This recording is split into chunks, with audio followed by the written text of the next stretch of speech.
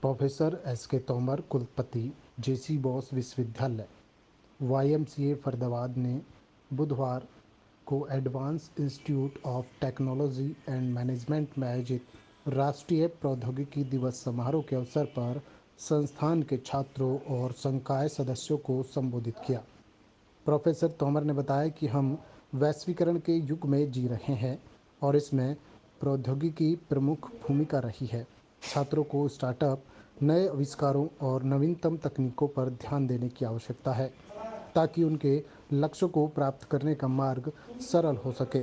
भारत ने 11 और 13 मई 1998 को पोखरण में 5 परमाणु परीक्षण किए और तब से 11 मई को राष्ट्रीय प्रौद्योगिकी दिवस के रूप में मनाया जाने लगा। समारोह की शुरुआत डॉक्टर एस के तोमर, संजीव चंद्रा, परवीन रामदास, डॉक्टर अनुराग गौर, डॉक्टर जवाहरलाल और डॉक्टर आर पांडे ने देवी सरस्वती को दीप प्रज्वलित कर की। राष्ट्रीय प्रौद्योगिकी दिवस समारोह का आयोजन विज्ञान भारती हरियाणा के सहयोग से advance institute of technology and management द्वारा किया गया था। कार्यक्रम का आयोजन एआईटीएम के प्राचार्य डॉक्टर आर पांडे के नेतृत्व में किया गया। कार्यक्रम के संयोजक डॉक्टर नेहा आर्य, एचओडी प्रबंधन विभाग थी। संस्था के चेयरमैन संजीव चंद्रा ने कहा कि आयोजन का उद्देश्य छात्रों को अनुसंधान और नवाचार के लिए सही मंच प्रदान करके विज्ञान और प्रौद्योगिकी उन्नति को बढ़ावा देना है।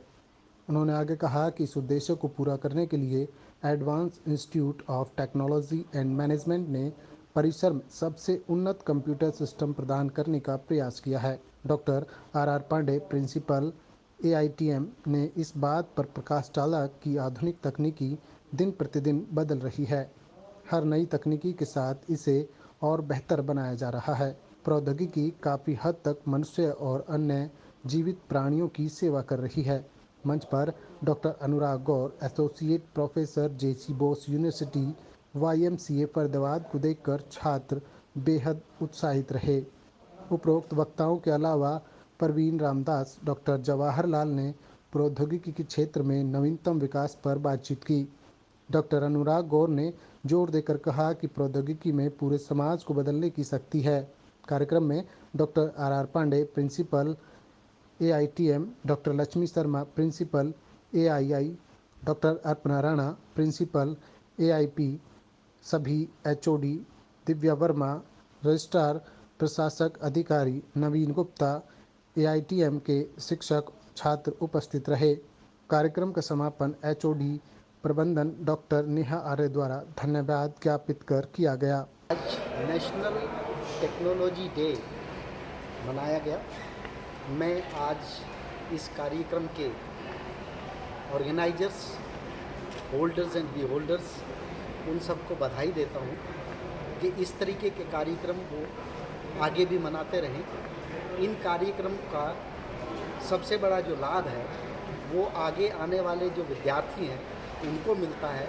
उनके अंदर एक देश, अपने राष्ट्र के प्रति राष्ट्र समर्पण की भावना जगती है और मुझे ऐसा महसूस होता है कि ये बहुत सही समय है जिससे कि हमें अपने आने वाली पीढ़ियों को अपने देश के गौरव, अपने देश के वैज्ञानिकों द्वारा किए गए अनुसंधान और उनकी विशेषताओं के बारे में बताना चाहिए। उनके अंदर ये प्रेरणा जागेगी कि वो भी अपने देश के लिए कुछ करें। अब तक वो देश से शिक्षा के माध्यम से और दूसरे स्रोतों के माध्यम से बहुत कुछ ले रहे हैं और ये उनका अधिकार भी है, लेकिन इनके साथ साथ उन सभी का एक दायित्व बनता है कि वो आगे अपने देश को कुछ दें और वो दे सकते हैं अपने देश के विकास के लिए अनुसंधान करके और अपने देश के विकास के लिए उसका चरित्र का निर्माण करके, अपने चरित्र को अच्छा करके, अपने चरित्र को उच्च श्रेणी का प्रदर्शन करके वो अपने देश के लिए बहुत कुछ कर सकते हैं। आज मैं देश के अपने इस कार्यक्रम के जो विद्यार्थी जिन्होंने ये कार्यक्रम में उपस्थित थे उन सबको एक संदेश देना चाहता हूँ कि टेक्नोलॉजी के एडवांसमेंट के साथ साथ उनको अपने पर्यावरण के बारे में भी पूरी तरीके से सतर्क रहना चाहिए। और जहाँ तक मनुष्य के आवश्यकता की बात है, उसके लिए भगवान ने बहुत प्राकृतिक स्रोत दिए हैं, लेकिन किसी भी लालच के लिए कोई स्रोत उपलब्ध नहीं है। उसको ये बात ध्यान रखनी चाहिए।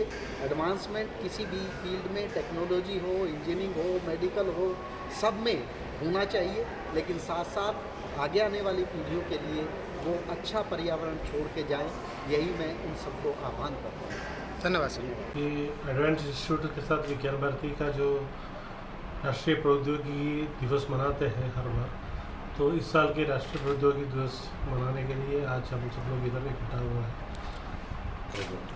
मैं जो मैं विज्ञान राष्ट्रीय प्रौद्योगिकी दिवस का उद्देश्य यही है कि पूरे वैज्ञानिक समाज को इस देश की वैज्ञानिक समस्याओं को कैसे उसको जवाब देना है, और वैसे ही हमारा देश के वैज्ञानिकों का जो त्याग और समर्पण इस देश को एक वैज्ञानिक शक्ति के रूप में खड़ा करने के लिए किया है, उसको उससे प्रेरणा लेके काम करने के लिए इस देश के इस दिन में हम कार्यक्रम मनाते हैं। और इस कार्यक्रम का उद्देश्य भी यही है। ये तो क्या, हम सब लोग आज़ादी के अमृत महोत्सव मना रहे हैं, और आज़ादी में भी वैज्ञानिकों का एक बहुत बड़ा योगदान है। और गुलामी के समय में भी हमारे देश में सी वी रामन, जे.सी. बोस, प्रफुल्ल चंद्र रे जैसे वैज्ञानिकों ने बहुत बड़ा कार्य किया है। उनका उद्देश्य यही था कि अपने देश को अंग्रेज़ों के सामने हम किसी से कम नहीं है ऐसे दिखाना। तो उससे वैज्ञानिक विद्यार्थियों को प्रेरणा लेके जो भी शोध कार्य करेगा उसमें एक राष्ट्र के बारे में भी, समाज के बारे में भी कुछ वैज्ञानिक समस्याओं का निराकरण करने का भी कार्य करना चाहिए, ऐसा यही आसार संदेश था। जो हमारा बेसिक समस्या हमारे सामने, जैसे वेस्ट मैनेजमेंट का समस्या है, हर जगह वाटर मैनेजमेंट का भी इश्यूज़ है। तो इस तरह के जो लोकल इश्यूज़ को भी कैसे हमारे एजुकेशन इंस्टीट्यूशंस छोटे छोटे प्रोजेक्ट्स के द्वारा कैसे इसको कम कर सकते हैं, उसको उत्तर कैसे दिला सकते हैं, ये एक चुनौती है हमारे सामने। और हमारा देश जो है, मेक इन इंडिया और मेक फॉर द वर्ल्ड, इस तरह के बड़े बड़े योजना प्रधानमंत्री जी ने बोला है। आत्मनिर्भर भारत का एक बड़ा मैसेज प्रधानमंत्री ने दिया है। इस सब के लिए साइंस एंड टेक्नोलॉजी और इंजीनियर्स का एक बहुत बड़ा रोल है।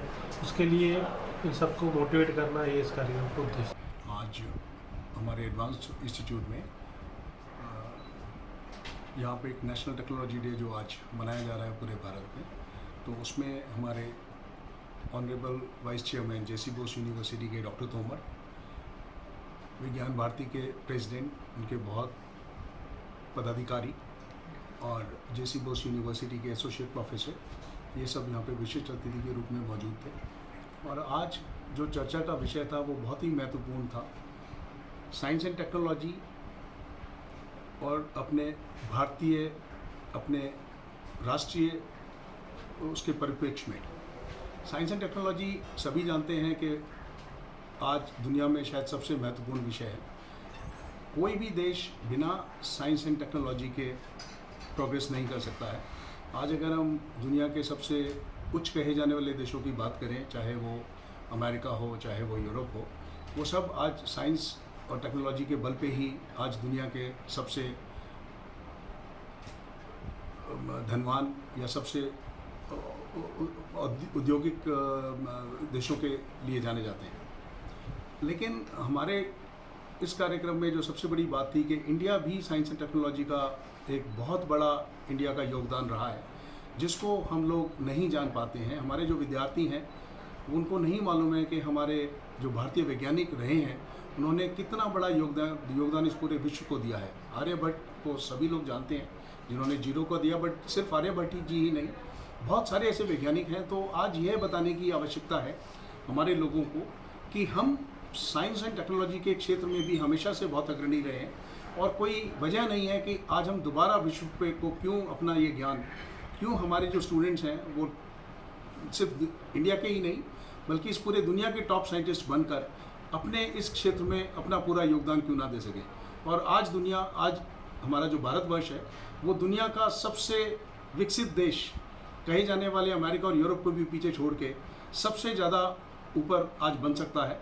तो यही सब बातें आज इस प्रोग्राम के दौरान कही। स्टूडेंट्स के लिए यही है कि आज हम साइंस एंड टेक्नोलॉजी सिर्फ वो उसको एक करियर के रूप में ना देखें।